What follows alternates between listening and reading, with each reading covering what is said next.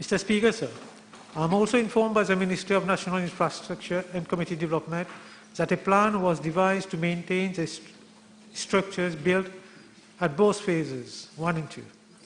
The plan comprises of the following measures: periodical cleaning of the ditches, channel, bridges, and horizontal drainage constructed to ensure smooth water flow in the drainage system, regular inspection of the state of fencing in case there are damage by rockfall and debris flow, and necessary repairs be effected where required, fixing of signboard to prevent any trespassing in that area, and sensitization of the inhabitants of that region, including children, on disaster prevention.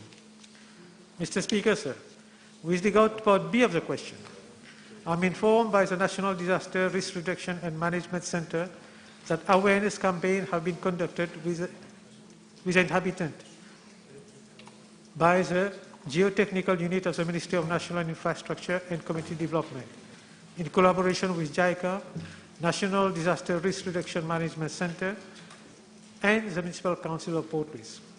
Simulation exercises are regularly planned and conducted for the landslide-prone areas of Chitrakoot so as to maintain community preparedness. In December 2018, a survey was carried out by the Minister of National Infrastructure and Community Development, whereby 11 additional houses situated within the landslide-prone areas at Chitrakoot were identified. Out of the 11 houses, 10 are occupied and 1 was used as a community center. In addition, the government has set up an interministerial committee under my chair to look into the relocation of the inhabitants of Chitrakoot, Val-de-Prête, Vallée-Piteux, Batelage, and Rivière-des-Créoles, amongst others, due to the risk of landslide in these localities. The committee will submit proposals to the government after consultation with the different stakeholders.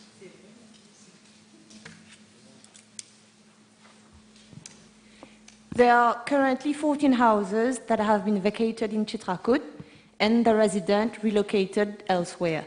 Can the Honourable Minister inform the House on what will happen to these vacant houses? Well, I mean, there is a major problem there, as just mentioned by the Honourable Member. The first 14 owners were transferred to different places, but unfortunately I think that 5 are still staying there. And what's happening is that some of them are renting the damaged houses to other people, and that's causing quite a bit of problem. So we are looking into it because, as I said earlier, I'm chairing a committee. We are going to look into it, and with the help of the Municipal Council of Port Louis and the Ministry of National Infrastructure, we are going to see whether we can demolish these houses, because this is a danger to these people staying there, and we have to find alternative accommodation. Next question. You have one question? Honourable Vice Prime Minister, what is the time frame for this committee to submit this proposal? Because these people have been living in these high-risk houses for years now. As you just mentioned, it has been going on for a long time, but have been given the brief to manage that committee about a month ago. We have had 2 technical committees so far, and it's a very complex problem, as you realize. So many people doesn't have a place to go, and we have to find a solution. So it's going to take a bit of time, and we are working on it. Next question. 404, please.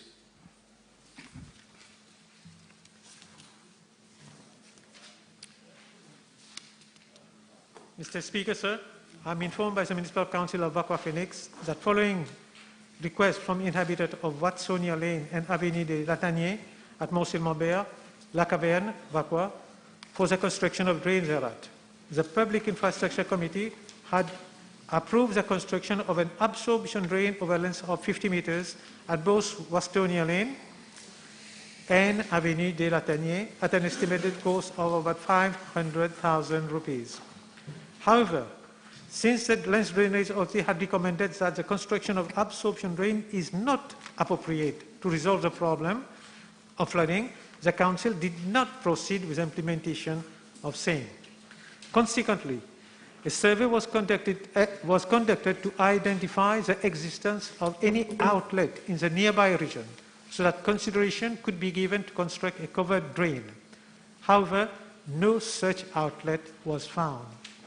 In view of the situation, as a short-term solution, the Municipal Council of Vakwa Phoenix is now proposing to proceed with the construction of the absorption drain in the financial year 21-22, pending further consultation, which would be held with LDA so as to come up with a more durable solution to this particular problem.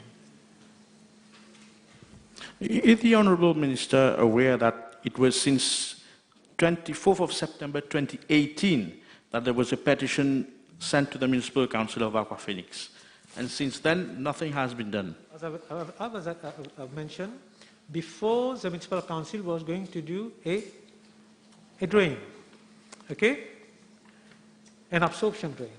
But then eventually we were told not to carry on with the absorption drain because it's only a temporary measure. And that's why, again, I explained, we have to find, if you want to have a drain, you must have an outlet where to get the water. But unfortunately, they could not identify an outlet. So we are back to square one, but in the meantime, we are going to do this absorption drain, temporarily, as I mentioned, and eventually we'll have to find, after discussion with LDA, to find a permanent solution for it. Next question. B405, please. Mr. Speaker, sir, I'm informed by the Municipal Council of Vakwa Phoenix that several requests were received from the inhabitants of Ragu, Ogum, and Batu Lane in Solferino for the conversion of the road into a one-way road, as they are too narrow and cause much inconvenience to the vehicle users. The prerogative for the implementation of one-way scheme through a proper mix of traffic sign and road marking is vested with the Permanent Secretary of the Ministry of Land Transport and Light Rail under Section 184 of the Road Traffic Act. In this context, meeting and site visit were coordinated with a TRM issue. On the 22nd of January 2021, a preliminary site visit was effected by Honourable Babli, PPS, and Mr. Ramburn, the Mayor of the Municipal Council, and officers of the Municipal Council of Vakwa Phoenix and the TRMSU. In February 2021, the TRMSU conducted several detailed site visits and survey to determine the feasibility of the request. On the 5th of March 2021, the Ministry of Land Transport and Light Rail requested the Municipal Council of Vakwa Phoenix to carry out a public relation exercise and the acceptability survey with local inhabitants based on the draft one-way scheme designed by the TRMSU, which has concluded that the three roads, namely Ragu, Ogum, and Batu Lane, are of an average width of 3 meters to 3.5 meters, with no segregation of pedestrian from vehicular traffic.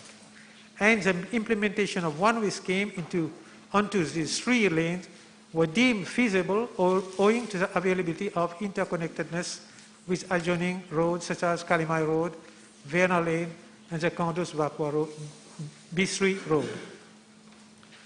Mr. Speaker, I'm further informed by the Municipal Council of Vakwa Phoenix that in view of the lockdown, the meeting which was planned in March 2021 had been rescheduled for Thursday, the 20th of May 2021, with the councillors of Ward number 3 of the town and the inhabitants of the locality for a presentation of the proposed one-way scheme.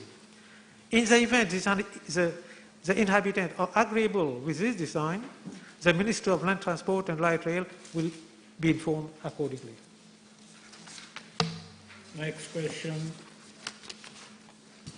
B407. Mr. Speaker, sir, since the first variant of concern detected in United Kingdom in December 2020, my ministry solicited the assistance of the National Institute for Communicable Diseases, NICD, South Africa, and the Francis Crick Institute, UK, for regular monitoring of viral mutations and variants in Mauritius through COVID-19 sequencing tests conducted on positive RT-PCR stored sample referred to them. Both these institutions are World Health Organization collaborating centers. In reply to part A of the question, I'm informed that on January 9, 2021, a first batch of 20 samples was sent to Francis Crick Institute, London, UK, from incoming passengers, of which 3 samples failed sequencing, and in 17 samples sequenced, presence of South African variant was revealed in 3 cases. The other 14 samples were of lineage of no concern. Mr. Speaker, sir, I'm also informed that a second batch of 20 samples was sent to National Institute of Communicable Diseases, South Africa, on 4 February 2021, of which 17 from incoming passengers and 3 from local cases. The report indicated that 1 sample failed sequencing and the remaining 19 were sequenced. These revealed 1 UK variant and 3 South African variant, all in incoming passengers. The other 15 samples consist of lineages of no concern. Moreover, a third batch of 40 samples was sent on 13 March 2021 to NICD South Africa, of which 7 from incoming passengers and 33 from local cases. 1 failed sequencing and 39 samples were sequenced. These revealed 1 UK variant and 1 South African variant in incoming passengers. 33 local cases revealed lineage B11318. This lineage is classified as a variant of interest and presently reported in 32 countries. The 4 other samples consist of other lineages of no concern. Additionally, a 4th batch of 160 samples were sent to NICD South Africa on 28 March 2021, of which 61 from incoming passengers and 99 from local cases. So far, 91 have been sequenced and 3 failed sequencing. Of those sequenced, 2 reveal South African variant on incoming passengers and 89 from local transmission cases again reveal the presence of lineage B11318. The remaining results are still awaited. I'm informed that a 5th batch of 210 samples have been sent to NICD South Africa on 9th May 2021 and results are awaited. I am also informed that a batch of 40 samples have been shipped to Francis Crick Institute, London, UK, on 17th May 2021, and results are awaited. Mr. Speaker, sir, I am further informed that another batch of 40 samples will be sent to Rainier Island for sequencing in the coming days. Thus, so far, a total of 450 samples have been sent for sequencing, of which 120 are imported and 330 are local cases. Overall, sequencing has been successfully done on 166 samples with the following results. UK variant B117, 2 imported cases. South African variant B1351, 9 imported cases. Indian variant nil so far, awaiting further sequencing results. Variant of interest detected on majority of cases concerning local outbreak during second wave in 2021. B11318, 122 out of 135 samples. Number of tests which failed sequencing is 8. The other 33 samples were other lineages not of concern. Mr. Speaker, sir, in reply to part B of the question, I am informed that individual test results are not submitted to the Central Health Laboratory. However, I am tabling a list of 160 anonymized test results submitted by the Francis Crick Institute, UK, and the National Institute of Communicable Diseases, South Africa. Thank you, Honourable Minister. As you mentioned rightly, there are a number of variants of COVID-19 ranging from B117 to B1359 since its first identification in September in the United Kingdom. Can I ask the Honourable Minister whether he can seek information as to whether all the dialyzed patients who unfortunately passed away were infected with the same variant or a different variant from which patients are who came back from India in January and unfortunately passed away? Yes, Mr. Speaker, sir. The samples of all those patients who have passed away are stored and all have been sent for sequencing. We are waiting for the results. Thank you. Will his ministry consider the setting up of a genomic surveillance system because of the emergence of new variants, be it alone COVID-19, but any other virus that may come up on the market, knowing quite well that viruses do undergo mutation during long term. And since we are faced with a long-term dilemma, probably, of the pandemic, and that would be a major step to protect the country. Mr. Speaker, sir, honourable member has totally, in fact, he is very, his point is he's right. And the virology department will be standing on the advice of the virology department, and that genomic lineage will be conducted in that line. Thank you, Mr. Speaker, sir. From his reply, the Minister mentioned that samples were being sent to UK, South Africa and Réunion Island. Can the Minister inform the House whether his ministry will consider carrying out sequencing locally? Yes, Mr. Speaker, sir. In fact, the Central Health Laboratory has already procure the apparatus, the equipment to do the sequencing in Mauritius. Even the reagents also have been procured. At this stage, the laboratory is proceeding with an ongoing training, and after this, there will be the validation of the results with the laboratories I've mentioned, and hopefully, in the beginning of July, will be start doing our sequencing on our own. Last supplementary. Will the Honourable Minister, with regards to the emergence of new variants, and many much more probably to come in the future, and depending on the pharmaceutical industry's approach to set up and formulate new vaccines, whether his ministry will be proactive to secure vaccines that will have a better protection against variants should they come on the market? Thank you.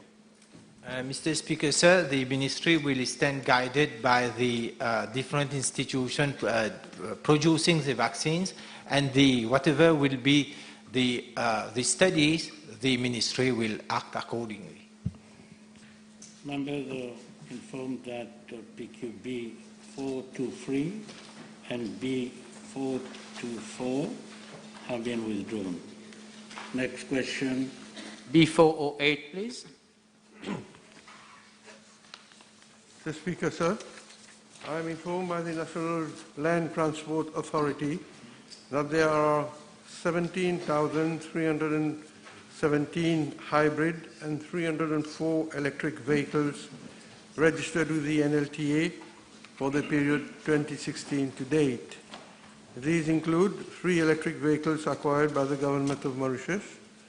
With regard to Part B of the question, I am informed by the Ministry of Energy and Public Utilities that a consultancy study was commissioned by the latter in March 2019 to develop a 10-year electric vehicle integration roadmap report for Mauritius with focus on electric cars.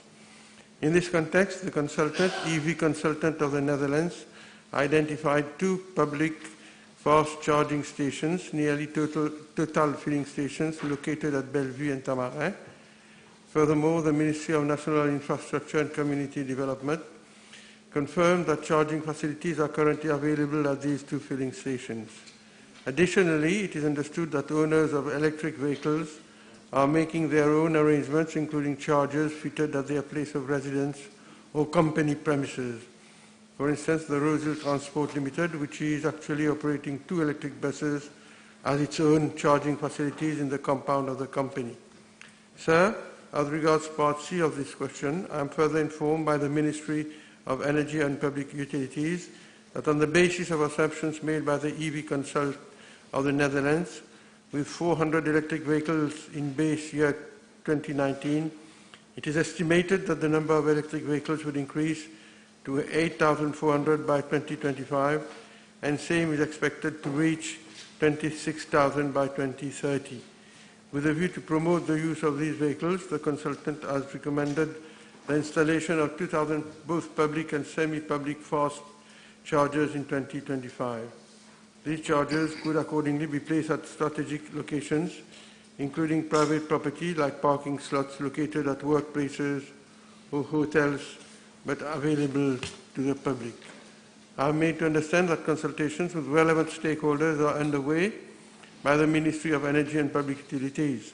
The following main institutions will be involved in this new developing market to cause the progressive rollout of the charging infrastructures over the coming years: Ministry of Housing and Land Use Planning, Ministry of Local Government and Disaster Risk Management, Ministry of Land Transport and Light Rail, Ministry of Finance, Economic Planning and Development, and Ministry of Environment, Solid Waste Management and Climate Change. Thank you, Honourable Minister. Will the Minister inform the House of further incentives beside import duty relief his ministry can offer to make these electric and hybrid vehicles more attractive to consumers in our attempt to decrease carbon dioxide emissions and fuel economy? Mr. Speaker, sir, this is a good question. In fact, it is in line with government policy to shift towards cleaner energy and reduce carbon emissions. That provision was made in the 2019-2020 budget for a study on the development of a 10-year electric vehicle integration roadmap up to year 2030. And this is why, therefore, my ministry the government approached EV Consult of Netherlands in March 2019. In the report, sir, the following main assumptions were made in the study: that a total of 14,244 tons of CO2 reduction is estimated over the period 2019 to 2030 if we make Mauritius amenable to a greater penetration of electric vehicles, and we succeed in implementing our plan. And the consultant has proposed a detailed action plan, as I just mentioned, for the period 2021 to 2026, in which several recommendations were made, and I will not go through these recommendations, but to answer the question of the Honourable Member, Mr. Speaker, sir, the Ministry of my able friend, the Minister of Public Utilities, has proposed that an implementation committee be set up, in fact, to monitor the implementation of this action plan. And this implementation committee is composed of different ministries, agencies, and stakeholders, including the private sector. And I suppose it is this implementation committee which will address the important issue which my honourable friend has raised. Yes, thank you. Picking up from the point raised by my colleague about CO2 emission and environment protection, is the Honourable Minister aware that at this moment in time, electric vehicle, when charged with CB sources of electricity, are more polluting than conventional car? There is a report attesting to that effect from Agence Française de Développement in 2009. So picking up again from his question of incentive, can I ask the Honourable Minister whether incentive will also cover facilities like solar photovoltaic installation, which will be meaningful in the sense that at that point in time, there will be no dependency on the grid of the CB? Yes, Mr. Speaker, sir.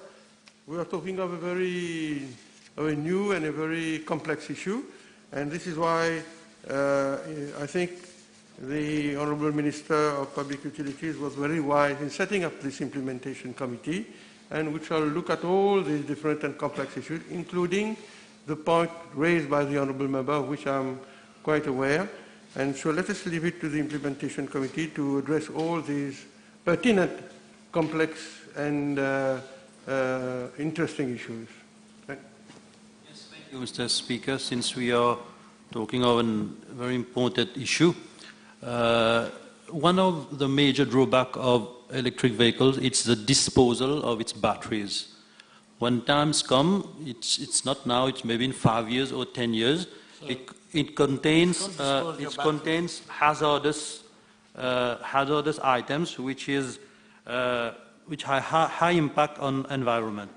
Can I ask the Honourable Minister if the committee, the implementation committee, could start to work on this issue, because when the times come, we are already prepared how to dispose of these batteries. This is an interesting point also, Mr. Speaker, sir. And I can assure the Honourable Member that in fact in the report, which is already on the website of the Ministry of Minister of Public Utilities, and I'm sure all members interested with the issue should have a look at this report.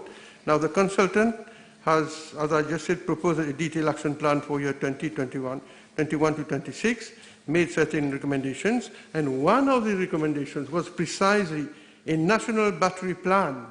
So you're right, a national battery plan should be developed, and electric car importers should be required to guarantee battery for a minimum of 8 years or 150,000 kilometers for new vehicles, and take back the battery for second life use or recycling. So this tantamounts to the answer raised by my honourable friend. But as I said, Mr. Speaker, sir, the implementation committee will be sitting, and of course we will delve further in all these problems raised by all members in the House today. The table has been advised that the following PQs have been withdrawn: B431, B432, B433, B434, B435, B436. Next question. B409. Mr. Speaker, sir, in reply to part A of the question, with your permission, I'm tabling the information in respect of the number of persons having undergone the PCR test and the rapid antigen test, respectively in the public health institution since March 2020 to 30th April 2021 on a monthly basis. As regards to part B of the question, I am informed that, first, the Central Health Laboratory participated in inter-laboratory comparison with National Institute of Communicable Diseases, South Africa. The Central Health Laboratory also participates in WHO External Quality Assessment Program for Detection of SARS-CoV-2 or TPCR through Public Health Laboratory Services, Hong Kong. So far, our results have been 100% concordant. As regards to other three laboratories, namely Airport Health Lab, Welkin and Novalab, arrangements have been made by Central Health Laboratory to enroll these laboratories on an external quality assessment organized by Africa Center for Disease Control, free of charge. The first consignment of external quality assessment samples have reached Mauritius and has been distributed to the laboratories. Besides international external quality assessment scheme, these laboratories participate in inter-laboratory comparisons exercises organized by the Central Health Lab. Moreover, all samples detected positive by them are systematically referred to the Central Health Lab for confirmation. All these laboratories have been assessed by local audit inspectors pending foreign team formal assessment in view of World Health Organization accreditation using World Health Organization laboratory assessment tool. Thank you. Thank you, Honourable Minister. Unfortunately, I could not get the figure because you were tabling the results, which I will consult later.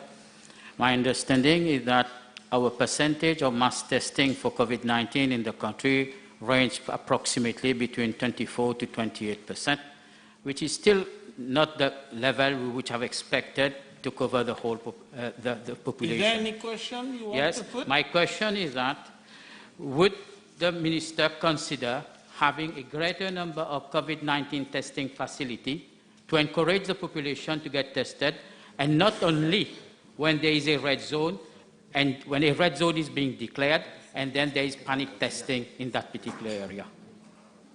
Mr. Speaker, sir, this question relates to the number of tests done. We should not forget that transmission of COVID-19 is through contact, and what is more important, other than testing, is the sanitary precautions. Even if we get everybody tested at this point of time, there is no guarantee that the test can't be positive at a later stage, given that the incubation period is 14 days. So it's more important to put emphasis on precautions than doing testing. Obviously, the ministry has already set up different COVID testing centers for anybody and devised a protocol for all those with fever, for all those having symptoms to do the test. And through this, I can tell you that since last year, we have done in the government institution 236,379 tests. The table that I'm going to, the list that I'm going to table. Thank you, Mr. Speaker, sir. Can the minister inform the House about the cost implication for carrying out a PCR test in a public health institution? The cost of the test in the Central Health Laboratory is 2,015 rupees. It's the same price that is being quoted since last year. MP Juman. Thank you, Mr. Speaker. Can be the stock situation of the PCR test kits so far? Yes. As at today, 18th May, the stock available at the Central Health Lab is 141,790 tests. Last supplementary. Can the minister inform the House whether other criteria, other than the number of positive tests or cases that we get on a daily basis from the National Clinical Center, are being used to consider whether the situation or pandemic in the country is under control or getting any worse, by which I mean either the R value or the cycle threshold? Mr. Speaker, this question, whether the positive test, I believe that we all know that the number of cases recorded is being daily. The public is being informed about the cases, and so far that we have the number of cases in the beginning has gone down, especially when we have new clusters, we get number of cases come up, and with measures that we've been taking, quarantine measures, testing, that has made all the positive cases gone down. So this situation will have to keep on doing tests, and if the population, if everybody do all the sanitary measures, definitely we'll be able to control the situation better. Next question. B410, please. Mr. Speaker, sir, with regards to the first limb of Part A of the question, I wish to inform the House that my ministry is not in the presence of any official correspondence from the Kingdom of Saudi Arabia as to the organization of Hajj 2021. In fact, on several occasions, namely 4th of March, 25th of March, 21st of April, 10th of May, and 13th of May 2021, my ministry had liaised with the Embassy of the Republic of Mauritius in the Kingdom of Saudi Arabia, as well as the Consulate General of the Kingdom of Saudi Arabia in Mauritius, to obtain any latest developments, and my ministry will continue to monitor the situation and await any official correspondence from the Saudi authorities. With regard to the second limb of Part A of the question, as I have related before, in view of the fact that we do not have any official correspondence from the Saudi authorities, it will not be advisable for the government to impose any specific conditions yet. Mr. Speaker, sir, with regards to part B of the question. Same is a hypothetical question and the honourable members preempting issues. And as per Standing Order 22, content of questions, the questions shall not contain hypothetical cases. However, I can reassure the House that my ministry will continue to closely monitor the situation, and should any decision be taken by the Saudi authorities, the Islamic Cultural Center would be requested to act accordingly. Thank you, Honourable Minister. Preparedness is an art. The Hajj grant is being allocated every year to the Islamic Cultural Center to the amount of 1.2 to 1.4 million rupees, which was not dispersed last year. And as you said, hypothetically, maybe this year it won't happen again. Can the Minister give us an insight of how this money will be used for the future by the Islamic Cultural Center? I'm sorry, Mr. Speaker, sir. What money are you referring to? Hajj grant. Hajj grant. Yes. It was not used last year because there was no Hajj. And this year, probably again, this money has to be used by the ICC. It's earmarked for their funds. I'm sorry, Mr. Speaker, sir. I know exactly what I'm talking about. I might as well. Mr. Speaker, sir, I don't have this information right now, so I will come back to you if need be. Thank you. Next question. Okay, last supplement. Thank you.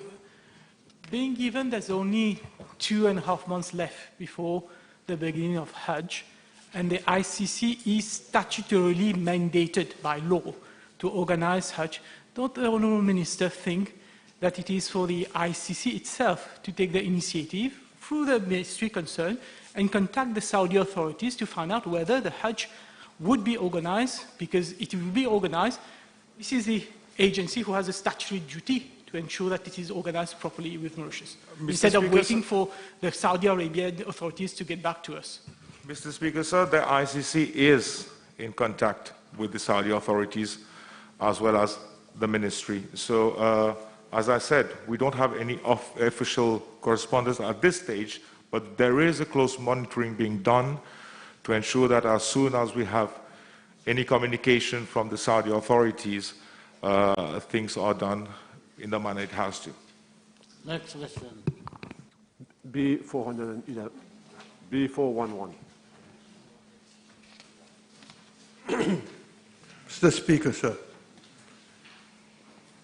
I wish to recall that tension between Israel and Palestine had escalated during the last weeks. Palestinians had over the past weeks staged a series of sit-ins in the area of East Jerusalem to denounce Israel's attempt to forcefully expel residents of the Sheikh Jarrah neighborhood to make way for Jewish settlement. After the breaking of the daily Ramadan fast on the 7th of May, thousands of young Palestinians protested near the hilltops surrounding Al-Aqsa Mosque compound. Israel police fired rubber bullets and stun grenades to disperse the crowds. Militant groups in Gaza then fired rockets into Israel, and the latter retaliated through airstrikes against supposedly military targets, end of quote. More than 300 Palestinians were injured, and the death toll amounted to at least 212.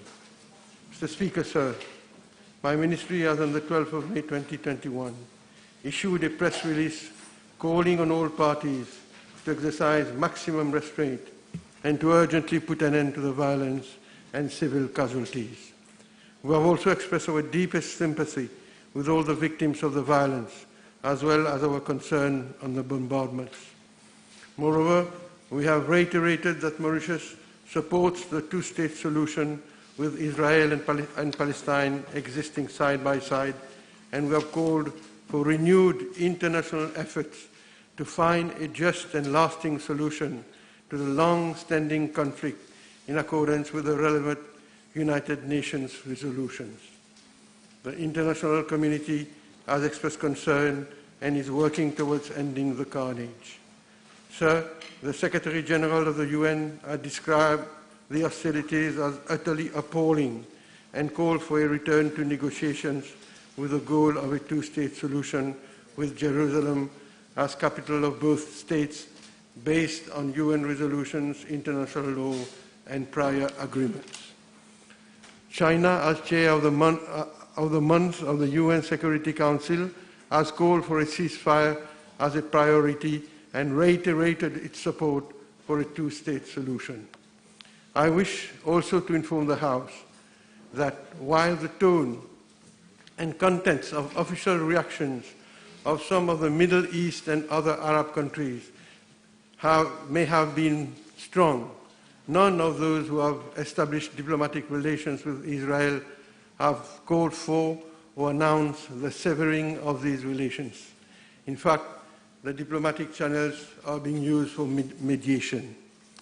My ministry is following the situation closely and is focusing on the most important aspect, that is the need to stop the spiral of deadly violence. Emotional declarations and actions can only add to confrontational and destructive mindset. This is a time for diplomatic action at both multilateral and bilateral levels. Mauritius maintains diplomatic relations with both the State of Israel and the State of Palestine, and both states have accredited ambassadors to Mauritius. We support the mediation efforts to end the violence. All parties must be encouraged to calm down and use self-restraint. Nothing should be done to encourage violence in this unfortunate, long-standing issue. With respect to the second part of the question, sir, as I mentioned earlier, we are monitoring the situation, and at this stage we do not propose to take any action to terminate the appointment of the Honorary Consul of Israel. I should further remind that the function of an Honorary Consul is not of a political nature. At a time where communications are especially difficult because of the COVID-19 pandemic, Honorary Consuls are particularly valuable in the discharge of our responsibility to assist both our nationals and nationals of other countries. Mr. Speaker, sir, the position of Mauritius has been constant with regards to the Palestinian issue at the multilateral levels, both at the UN and the AU. I seize this opportunity to reiterate and express once again our solidarity with the Palestinian people in their legitimate aspiration to live in an independent, sovereign, and viable Palestinian state, as we support a two-state solution with Israel and Palestine existing side by side. Yes, I think the Honourable Minister is ill-informed because he has said that non-Arab countries have taken sanctions against Israel, but in fact, the Emir of Qatar has already expelled the Israeli ambassador to his country. So I wish to put him on record. Maybe he can go and check with his officers later. The fact that Mauritius will not terminate the appointment of the Consul General of Israel and not to cut any diplomatic ties with Israel. Can I ask the Honourable Minister whether it has to do with the deals the government has negotiated with ECI Telecom of Israel, which has benefited a 200 million rupees contract from CB FiberNet, to enhance the government capability to control the internet, which Israelis or real masters are doing? This has nothing to do with the statement made by the Honourable Member, Mr. Speaker. Sir, I just said that in spite of the strong tones and official reactions of many countries of the Middle East and many other Arab countries, none of them who has established relations with Israel has announced the severing of these relations. So we are doing the same. The press release that the Honourable Minister has referred to issued last week, does not address the issue of attacks on the Al-Aqsa Mosque at all, which is in the question. Notwithstanding the several UN resolutions to which Mauritius is signatory of, that protects the sanctity of places of worship, and in fact the mosque is located in that area. Can I ask the Honourable Minister whether he has vetted this communique, or was it left to the care of the officers of the ministry? Because when one reads through this communique, one gets the impression that the Palestinians are also to be blamed for protesting against the injustice that they are being subjected to. Speaker, sir, in my statement today, I have made mention of the young Palestinians protesting and the attacks which have been suffered on the mosque today. In my statement, it is clear. The table has been advised that PQ B437 has been withdrawn. Next question. Yeah, can I have one more question, Speaker, sir? Next question. B413. Mr. Speaker, sir, the South African and the Indian variants are variants, the two variants among the 4,000 plus known variants of the SARS-CoV-2 virus. The World Health Organization has classified these two respective variants as variants of concern. WHO classifies variants as variants of concern whenever the transmissibility and or severity and or risk of reinfection and or the response of the new variants to antibodies is compromised. In fact, these two variants have mutation on the spike protein, the spike protein being the protein that allows the virus to attach itself to the human cell, a mutation which facilitates the virus to enter the human cell. The protein through which the major neutralizing antibodies react to combat the virus. Mr. Speaker, sir, with regard to the South African variant, available data from several studies carried out have often given contradictory results. However, although it seems certain that the South African variant is more contagious, the figures relating to the contagiousness, however, differ from study to study. The South African variant, once more, according to available studies, doesn't seem to cause more severe forms of infection. Regarding possible reinfection after an initial infection from the historical strain of the virus, various studies have shown that this remains possible. Mr. Speaker, sir, regarding the Indian variant, available data are much more scarce. The combination of two already known mutations, which are, however, not associated as of now, this is why the variant has been inappropriately referred to as double variant, might confer to the B1617 variant as enhanced transmissibility, but this has yet to be proven on the epidemiological level. WHO believes that the available data should be interpreted with caution, as only some 0.1% of positive samples in India have been registered and sequenced on the GISAID platform, that is, the Global Initiative on Sharing All Influenza Data. The South African and the Indian variants are detected through the RT-PCR test. In Mauritius, the quarantine period of 14 days is imposed on every incoming passenger. They undergo free PCR tests on day 0, day 7, and day 14 respectively in their quarantine period. Subject to a negative PCR test, the person is allowed to leave for his or her place of residence and to self-isolate for a period of 7 days, following which the PCR test is carried out. Mr. Speaker, sir, finally, as a date, the period of incubation of both the South African and Indian variants correspond to that applied to the other forms of the virus. The preparedness plan does not contain any particular subchapter on those variants because, as explained earlier, infection from these variants do not necessitate a quarantine period which is different from infections with the historical strain of the virus. The clinical management and treatment are also identical.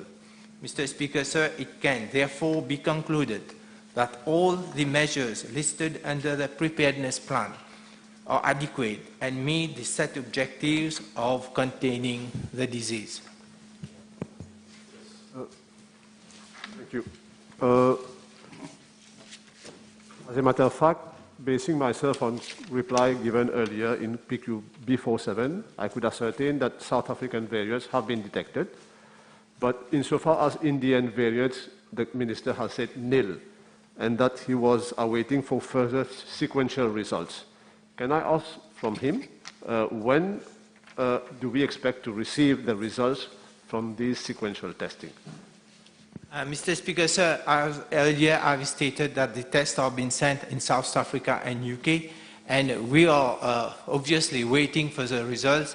Now, once the results will be made available, the Ministry is going to communicate the details of the results.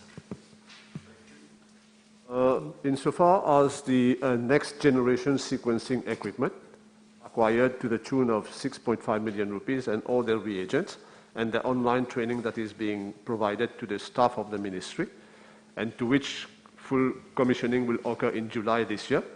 Can I ask the Honourable Minister whether this setup will enable officers of his ministry to detect the variants raised in my question? Yes, Mr. Speaker, sir. In fact, the purchasing equipment for sequencing, this is the reason why we are doing the training and purchasing the reagents also. It's only to detect the variants, to do the sequencing of the local cases and come up with what are the variants present in the local cases. Honourable Minister, can you inform the House by when we can expect the result of the Indian variant? Mr. Speaker, sir, we have sent the samples. We can't say that this is an Indian variant or South African variant, but once the results will be available to the Ministry, we will communicate the sequencing results. B415. Mr. Speaker, sir, according to established protocol, all educational institutions remain closed whenever the issue of a torrential rain warning by the Mauritius Meteorological Services is issued. In this regard, when the torrential rain alert was issued on the 27th April 2021 at 16:30 hours, with flooding and water accumulation expected across the island, and the suspension of the public transportation on the 28th April 2021, it was announced that the SC and HSC examinations scheduled for that day would not be held.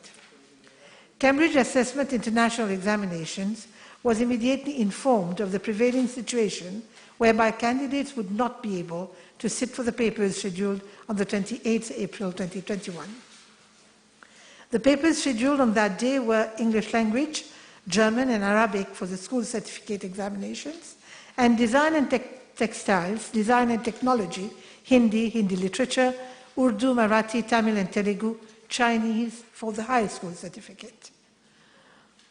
Cambridge Assessment International Examinations informed the MES that it has an established mechanism whereby special considerations apply in some exceptional and adverse circumstances. Mr. Speaker, sir, the special consideration is a post-exam adjustment which Cambridge International Examinations makes to a candidate's mark if the candidate misses one or more papers in a given subject, provided he has taken at least one paper in that subject. The reasons for this special consideration can be varied: illness, temporary injury, disruption of an examination as a result of a pandemic, cyclonic weather, earthquakes, etc. In case a candidate is absent from a paper, Cambridge International Examinations would calculate and give an assessed mark for the missing paper based on the candidate's performance in the remaining papers in that subject and on the performance of all other CAIE candidates worldwide in the same papers. For example, for the case of English language, whereby there are 2 papers, given that all candidates of Mauritius have missed paper 1 on the 28th April, the performance of the candidates in the subject would be based on the marks scored in paper 2 and the performance of all candidates worldwide in these same papers.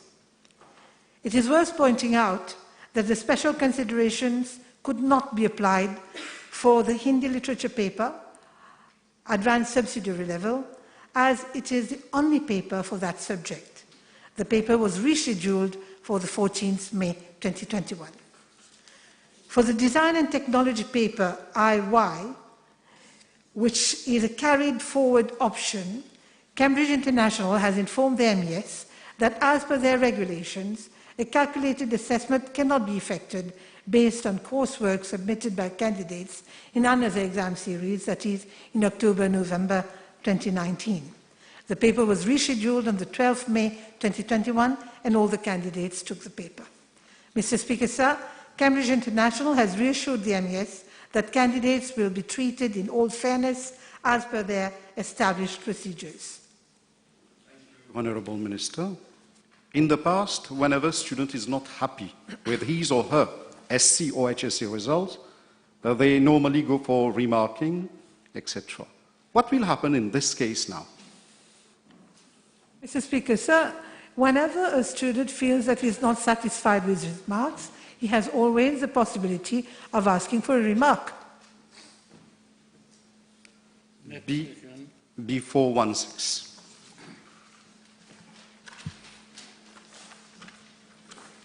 Mr. Speaker, sir, with your permission, I will reply to both PQ B416 and B450 together as they relate to the same subject. Mr. Speaker, sir, as a result of the COVID-19 pandemic, all schools were closed last year for a period of nearly 3 months, from mid-March to the end of June 2020. While we did successfully switch to an alternative remote mode of learning, it was inevitable that the suspension of the face-to-face instruction in schools during that period would have consequences on the teaching and learning process. It also led to an uneven coverage of the curriculum in our various schools. Furthermore, it could not be assumed that students would immediately begin to recover missed learning. We therefore needed to make sure that at the time of the reopening of schools in July 2020, all students be given time to reconnect with their studies. We also needed to ensure that the whole syllabus was covered for all students in all grades, particularly for those sitting for the international examinations. In the light of all these considerations, the school calendar was revised and extended by 3 months to make up for the learning loss. In parallel, national assessments and international examinations were also rescheduled. Accordingly, the resumption of studies was scheduled in June 2021. Briefing sessions were held with all stakeholders at that point in time, namely in June 2020. Mr. Speaker, sir, allow me to reiterate that the change in school calendar was brought about in an exceptional, unforeseeable, and unprecedented circumstance of prolonged school closure due to the COVID-19 pandemic. The Honourable Member will recognise that any change in school calendar is always a difficult undertaking, and reverting to the previous one would be fraught with a number of implications, ranging from prolonged grade retention, subsequent delayed entry in the higher studies, and rescheduling of international examinations. Mr. Speaker, sir, with this in mind, and especially in the best interests of learners, it is not envisaged at this stage to revert to the original school calendar, as it will entail a cumulative stretch of school time by almost 1 year, considering that the academic year was already stretched earlier. Will the Honourable Minister receive stakeholders who are willing to help you, your ministry, to revert back to to the initial school calendar because they have proposals which are very insightful and can be helpful for the future change of the school calendar. Mr. Speaker, sir, je dois lui dire que ce n'est pas de gaieté de cœur qu'on a changé le calendrier scolaire. Ça a été fait dans l'intérêt primaire des jeunes. Il faut se rendre compte que les enfants ont été à l'école pendant une durée de 18 mois et que repousser les examens pour novembre-décembre de l'année prochaine sera vraiment pénible pour eux.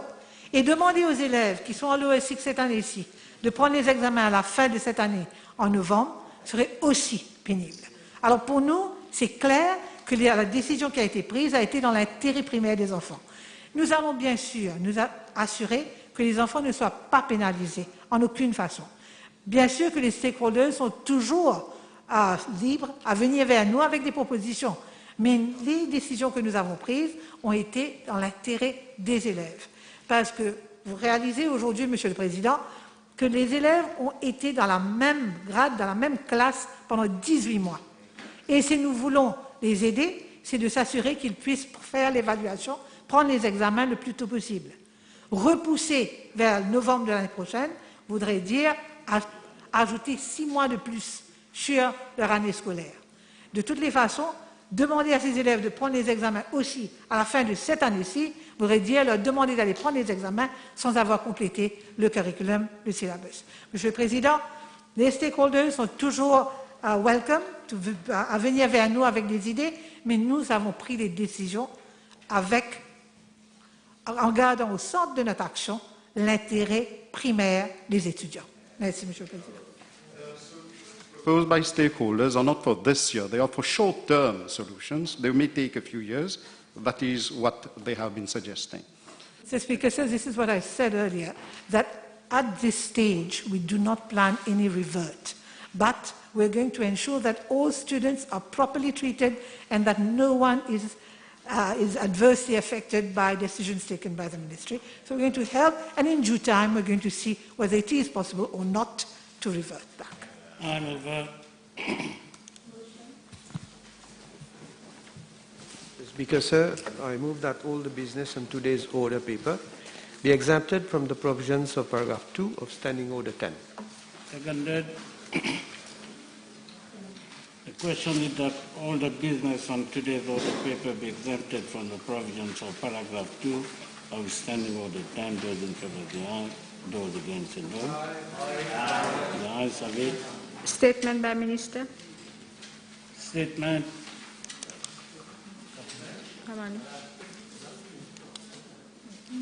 Honorable Ramanu. Yes. Mr. Speaker, sir, with your permission, I wish to make the following statement. At the sitting of the Assembly on the 11th May 2021, the Honorable David, first member of Grand River Northwest and Port Louis West, raised an issue regarding alleged atmospheric pollution in the region of Latour-Koenig, particularly in the vicinity of the Michael Lille Community Dispensary, Andréanum Street.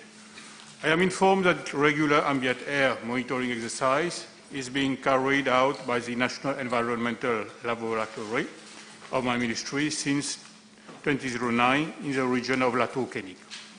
I am further informed that last year, 2 ambient air monitoring exercises were carried out in the region of Pointe-aux-Sables at Morcellement-la-Tourelle during the period of 11th June to 2nd of July 2020, and at Morcellement-Ré during the period of 24th of September to 15th of October 2020. Moreover, from 10th of February to 3rd March 2021, another follow-up ambient air monitoring exercise was conducted at the University of Technology at Latour-Koenig, which is located about 300 meters from the Michael Lille Health Dispensary. As per the international standards as well as the Environment Protection Act 2002, the ambient air parameters that are mentioned and monitored comprise particulate matter, sulfur dioxide, nitrogen dioxide, and carbon monoxide. The parameters that were monitored for the above regions were dust, known as particulate matter of size less of or equal to 10 microns, nitrogen dioxide, sulfur dioxide, and carbon monoxide. Most of the time, the predominant contaminants in the region were particulate matter and sulfur dioxide. The presence of these contaminants arises mainly from industrial activities in the region, and the concentrations of these pollutants, in fact, at times did exceed limits prescribed in the air standards under the Environment Protection Act 2002. However, I am informed that the last ambient air quality monitoring exercise carried out from 10th of February to 3rd March 2021 in the regions of La Tour-Kénig and Pointe-aux-Sables reveals that the 24-hour average values for nitrogen dioxide ranged from 2.39 micrograms to 19.56 micrograms per meter cube. That is well below the prescribed limit of 200 micrograms per meter cube as per Mauritian standards for ambient air quality under the Environment Protection Act. Based on the survey results, action have been taken by my ministry against potential industries that are causing air pollution in the region. According to records, 8 factories equipped with fixed combustion having granted either an EIA license or a preliminary environment report approval in the region of Pointe-aux-Sables and La Tour-Kénig. 4 out of the 8 industries are required under the EIA license, PR approval, to undertake stack monitoring of the chimney and to submit results to my ministry. In addition to the EIA-PER mechanism, listed industrial activities are required to carry out industrial waste audit and submit an environment management plan in line with the Environment Protection Industrial Waste Audit Regulations 2008. The Environment Management Plan also includes measures for monitoring and abatement of air emissions. Accordingly, the concerned industries are required to submit relevant progress reports to the Ministry at the prescribed intervals for review. The latest stack monitoring results submitted by the concerned industries demonstrated compliance with the Environment Protection Standards for Air Regulations 1998. I wish to inform that following complaints received, officers of my ministry have also undertaken a site monitoring adjoining Michael Lille Health Center on the 13th of May 2021, particularly at the Royal Road and at Andréanum, Hibiscus and Montagne Jacques streets. No environmental nuisance or air pollutants such as sulfur dioxide, nitrogen oxide, carbon monoxide and volatile organic compounds, benzene and toluene were detected through the portable gas analyzer. An additional site monitoring was undertaken in the region of La Tour-Kénig on the 17th of May 2021, and no environmental nuisance in terms of emissions of black smoke or odor was reported. Nevertheless, my ministry will maintain monitoring of industries in the region of La Tour-Kénig and Pointe-aux-Sables. Regular ambient air monitoring and site inspections will be conducted, and more frequent stack monitoring results will be sought from industries. This will ensure that any deviation from standards are properly identified and that necessary enforcement actions are initiated in line with provisions laid down in the Environment Protection Act. I thank you, Mr. Speaker. First reading. Mr. Speaker, sir, with your permission, I move that the Mauritius Emerging Technologies Council Bill number 8 of 2021 be read the first time. Madam Dead. Public Bill, second reading. Mr. Speaker, sir, I move that the Local Government Amendment Bill number 7 of 2021 be read a second time. The purpose of introducing the Local Government Amendment Bill number 7 of 2021 is to amend the Principal Act to provide for the life of 6 years of the entire Municipal City Council and the Municipal Town Council or the entire village council to be extended from time to time by not more than 1 year at a time, provided that the life of the council shall not be extended for more than 2 years. When there is or there is likely to be an epidemic of a communicable disease in Mauritius and a quarantine period is enforced in Mauritius. The bill also provides that in such circumstances where the life of the council is extended, to consequentially extend the term of the office of every councillor, including district councillor, until the day preceding the nomination day of the local election. Secondly, every member of the executive committee of the council until the day preceding the nomination day of the local election. And thirdly, the Lord Mayor, Deputy Lord Mayor, the Mayor and Deputy Mayor, and Chairperson and Vice Chairperson of District Council and Village Council, of all the Municipal Council, District Council and Village Council, until their successors are elected after the next local election. The bill also provides for fixing of a period for the issue of writs for the general election. Mr. Speaker, sir, before proceeding any further, I wish to make an amendment at clause 6 in the proposed section 12A as circulated, and which I am going to move at committee stage. Accordingly, a period of emergency will not be a situation which will trigger the extension of the life of council. Why, Mr. Speaker, sir? This is more indicative of the genuine intention of the government, as well as meant to give further reassurance to the House as to the primary objective of the bill. Now the amendment will be only limited to situation of an epidemic or when a quarantine is enforced in the Republic of Mauritius. Initially, it was thought appropriate to include a period of emergency in the proposal so as to circumscribe all possible circumstances in which the holding of a local election would have to be postponed. However, the definition of an emergency situation is broader. Our main purpose today is to address a particular state of affairs, that is a pandemic, and for which we have to muster all our effort to combat collectively. Therefore, the bill, which is before the House today, is focused and straightforward as to its intent and purpose.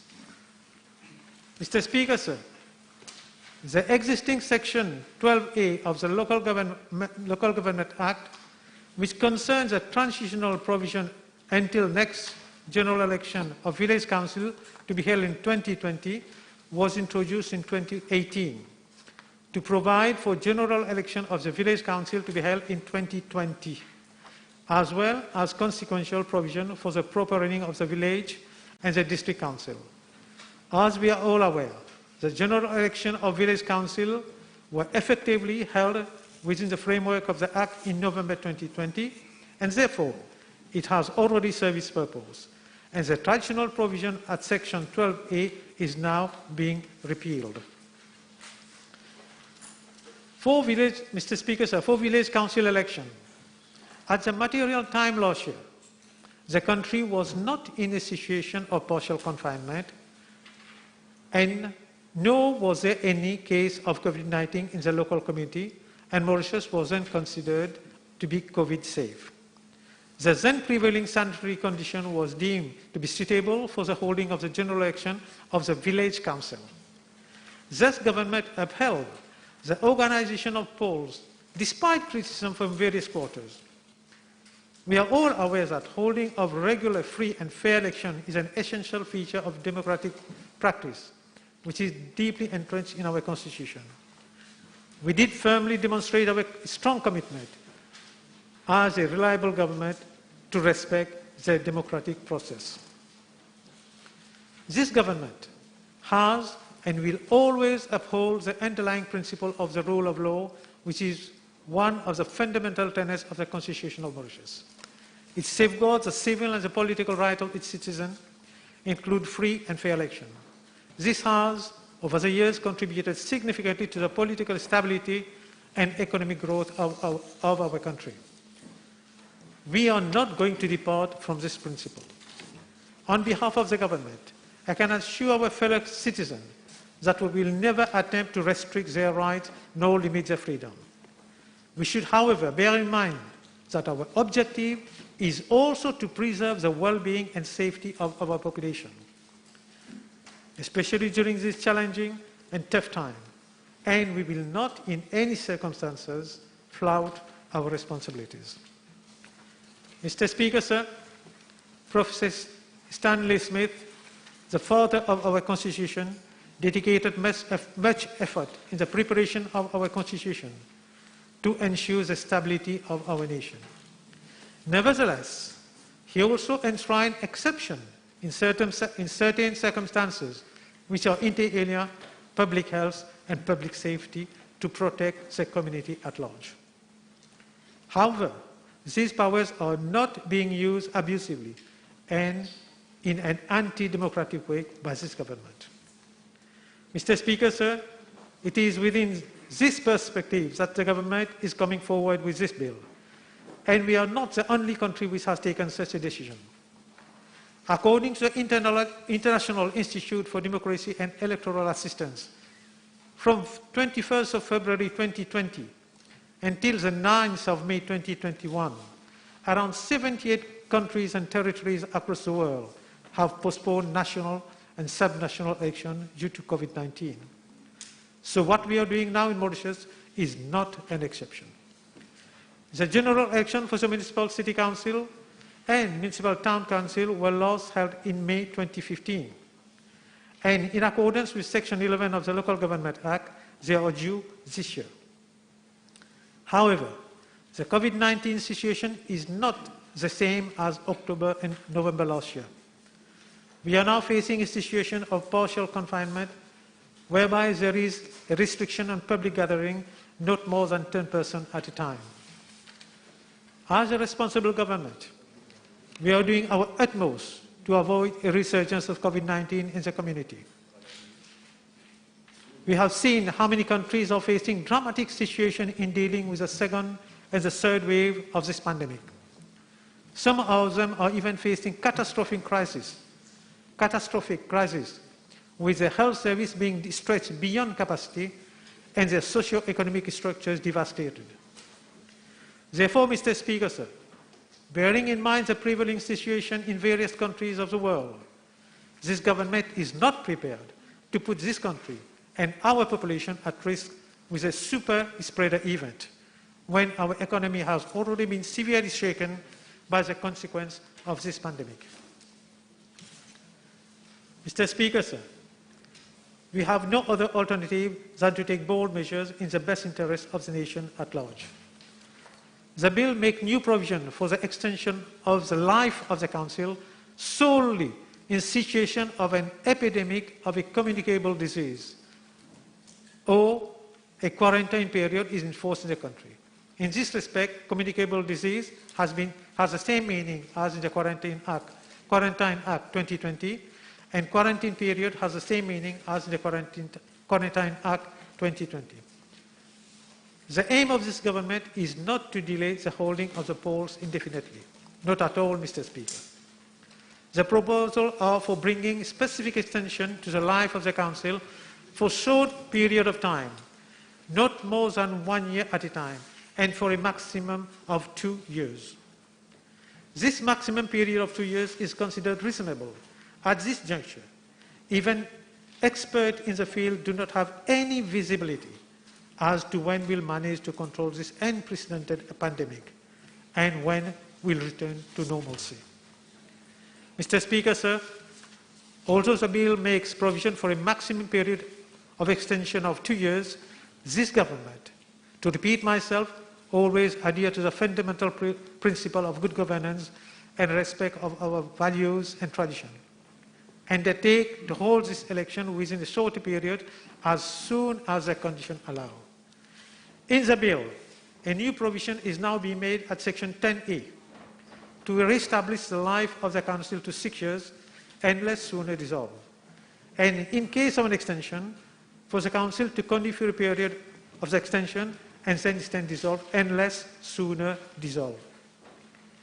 Mr. Speaker, sir, the Local Government Act currently does not prescribe a time limit for the President to issue the writs of election after the dissolution of the entire municipal city council, municipal town council, or the entire village council. Accordingly, the present bill is addressing this issue by amending section 11 and 12 so as to provide for writs of election to be issued by the President for the general election of the councillors to the entire municipal city council, the municipal town council, and the village council within 60 days of the date of any dissolution of the former municipal city council, municipal town council, and the village council. This section is being aligned with the corresponding section of the Representation of People Act with regard to the issue of writs of election. Mr. Speaker, sir, a new section 12A is being introduced, and it makes provision for the extension of the time for holding of the general election in these exceptional circumstances. The bill thus provides for the extension of the life of 6 years of the entire municipal city council and the municipal town council and the entire village council. Consequently, the term of office of the councillors are being extended as follows. Every member of the council, including a district councillor, other than the Lord Mayor and Deputy Lord Mayor, the mayors and deputy mayors, the chairperson and vice chairperson of district council and village council, shall continue to serve as such until the day preceding nomination day at the next general election of the entire council. The Lord Mayor and the Deputy Lord Mayor, the mayors and the deputy mayors, the chairperson and deputy chairperson of the district council and the village council shall continue to serve as such until their successors are elected after the next general election of the entire council. And every member of the executive committee of a municipal council, municipal city council, a municipal town council and district council shall continue to serve as such until the day preceding the nomination day at the next general election of the entire council. Further amendment which are incidental to the Local Government Act has also to be made in regards to, firstly, filling in the vacant seat where a vacancy arises in accordance with the existing provision under section 42, and for that person to also hold office until the day preceding the nomination day at the next general election of the entire municipal city council, municipal town council, and the entire village council, as the case may be. Secondly, filling of vacancy in the office of a district councillor by an election which shall be held within 15 days of the occurrence of the vacancy by the village council concerned and conducted in the manner provided in section 13. And for that person to hold office until the day preceding nomination day at the next general election of the entire village council.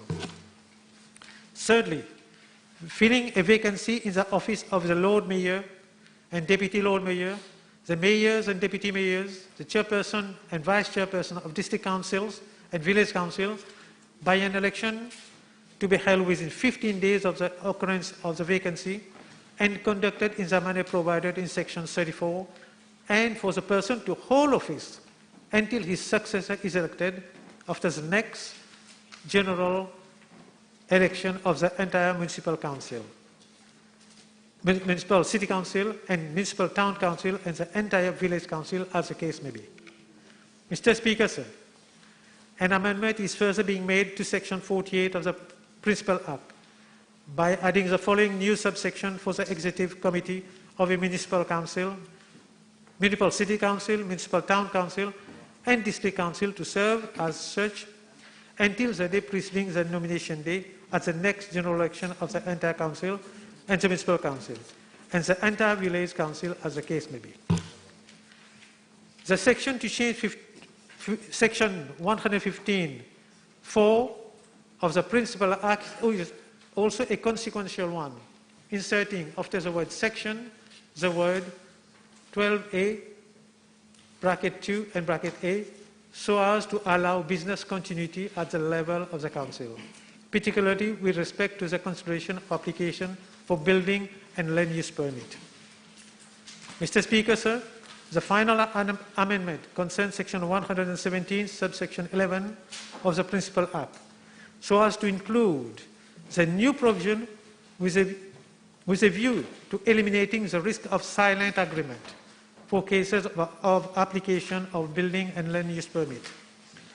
This will arise when the deadline for any application falls on or after the date on which a new Permit and Business Monitoring Committee is constituted after the general election of an entire municipal city council, municipal town council, and the entire village council, as the case may be. A new 14-day period for general application or a 3-day period specifically for micro and small enterprises would commence on the day the new Permit and Business Monitoring Committee is constituted. I wish to reassure the House and the population at large that this major initiative of the government to bring about amendment to this specific provision of the Local Government Act has not been prompted by any political motive whatsoever, and there is no hidden agenda attached thereto. It is only the prevailing and unprecedented sanitary conditions that have dictated our action. Mr. Speaker, sir, I once again reassure the House that the decision of the government to amend the Local Government Act is purely and exclusively motivated to safeguard the health, welfare, and safety of the population. With this word, Mr. Speaker, sir, I commend the bill to the House. That's seconded. So at this stage, I will suspend the sitting for 45 minutes.